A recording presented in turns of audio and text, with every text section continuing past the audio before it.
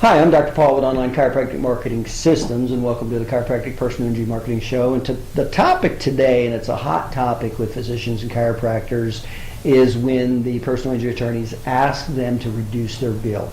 And so we're with a personal injury attorney, Brad Souders, a personal injury attorney right here in Tampa, and he does a very good job with niche marketing for motorcycle injuries. And so that's the topic of today. So hot topic for I will tell you up front, this is a really hot topic for chiropractors when they get the attorney to ask them to reduce their bill.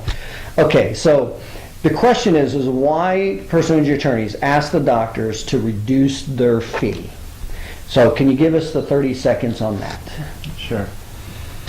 Well, first, the attorney is representing his or her client.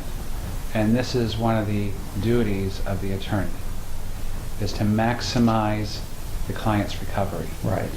So from the big perspective, the big picture, I want to get as much money on the table as I possibly can for this client. Makes sense. And then, call it phase 2, is closing, and I want to shrink or reduce any liens on that recovery so I can put more of that recovery in the client's pocket. Right. That's That's my your duty. job. That's Gotcha. my job. Makes sense. Okay. And when you're new out of school and you get these requests from attorneys and you're not used to it or heard of it, from our perspective, it's like personal and offensive. Mm-hmm. I don't know if you know that. Sure. And oftentimes I've heard, well, you're asking me to cut my bill. How much are you cutting your bill? Right. Okay. Sounds fair on the surface, right? That's what I've heard many times. Right. And I can understand that if I were in their shoes, I could probably be saying the same thing. Okay. But it's a bigger picture than that. Let's go into your pie theory. Okay. Let's explain that. First, if I may. Okay. I say it's a bigger picture than that because when the person is saying or reacting that way, they might be forgetting that they've already gotten paid somewhat. They've already been billing. They've already been receiving payments, like in Florida, we're in a no-fault state. And oftentimes, the chiropractic physician is providing services and is getting paid 80% in some cases. Right. Or say that's what it's supposed to be. Okay. And it goes month 1, month 2, and so on. And now we're at month 3 or 4 or 5 or 6, and this doctor has received $7,000 of PIP benefits already. Right. Or more. Okay. So. Well, that's one perspective. That's a perspective. That's giving you. Okay. That's something I'd like them to remember. Right. Okay. And so they definitely are getting the insurance patients, and so it's really about you representing the client. Your duty as their attorney is to get as much as. Mm-hmm. So it doesn't have anything to do with that doctor or physician and what their bill is. If their bill's small, you're still going to request it because your duty. It's my duty. It's your duty. And it's interesting that I make that point because so many of the doctors are. I mean, we're offended when we get that because here's our perspective. We gave that service. That was a true and rendered service that we offered. That's our perspective. Yeah, does that make sense? Sure, but we're all professionals and we're all supposed to be wearing our business hats. Right. And you're putting patient and client first, and you also have to see the big picture. And again, business is about relationships, and you want to be a problem solver. You want to be compassionate for your client or your patient, and you want to put them first.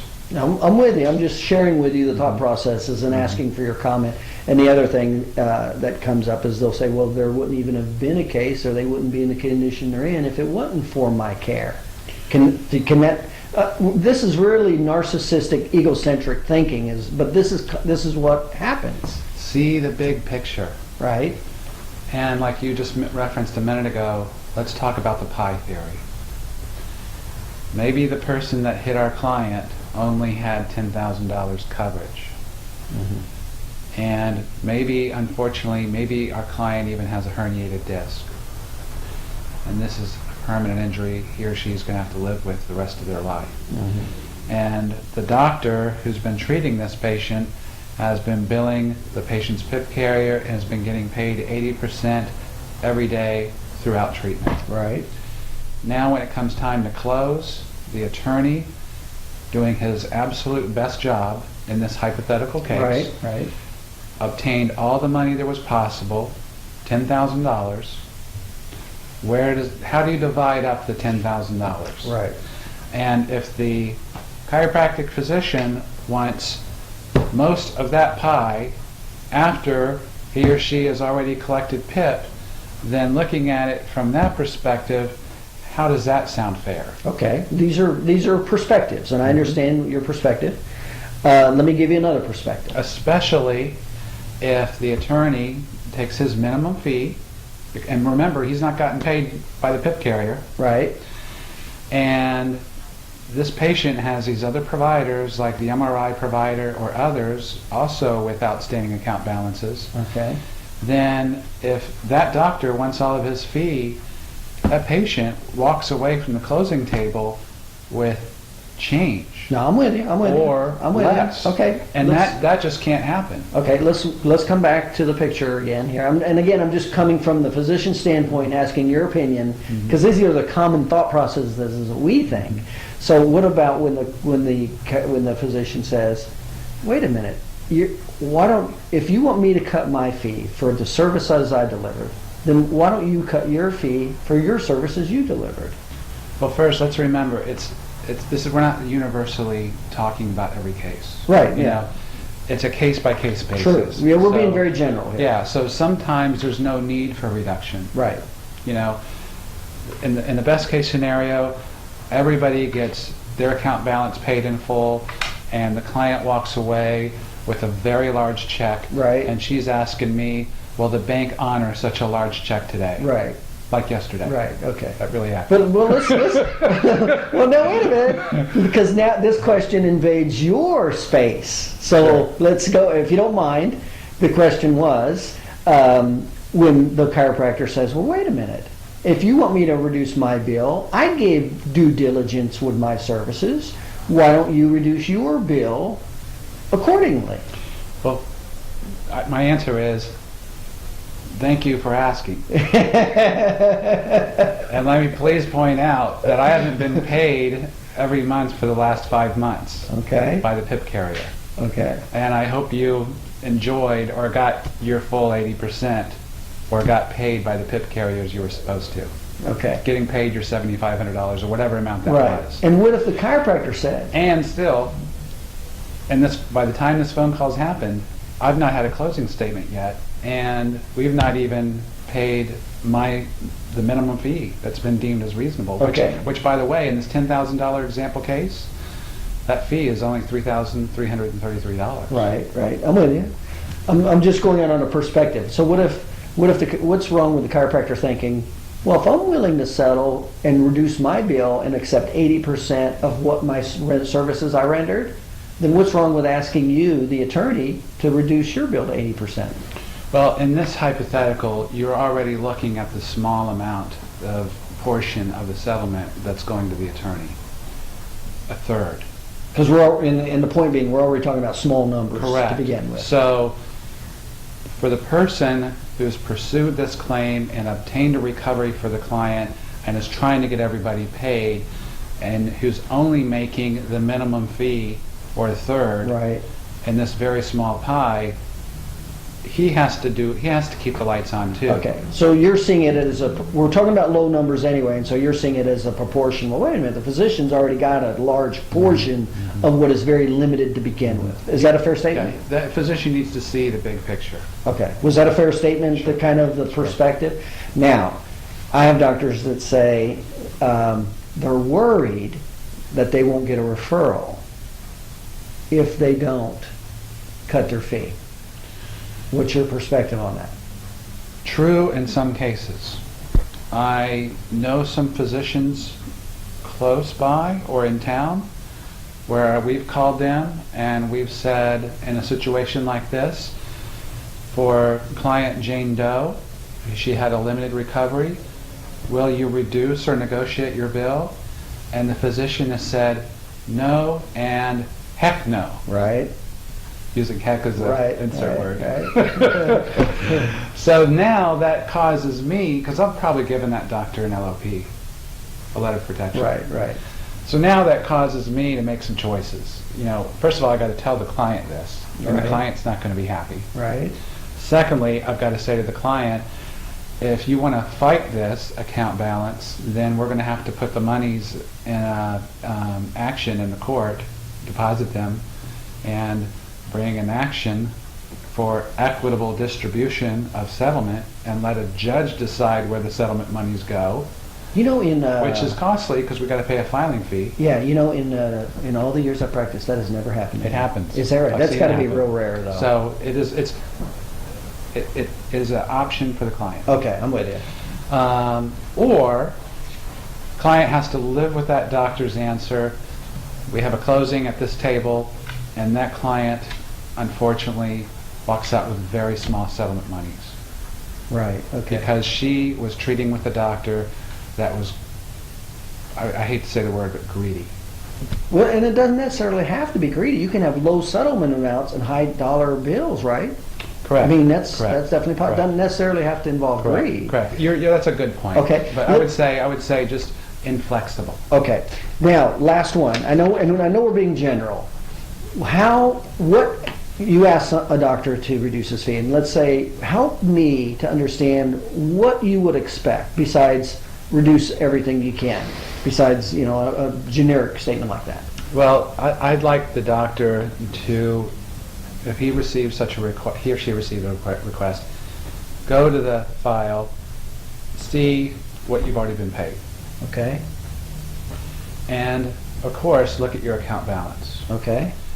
And if you've already been paid a lot and you have a small account balance, then a lot of attorneys have an expectancy that you may reduce your bill to 50 or 70%. Of the account balance. Correct. Okay, I'm with you.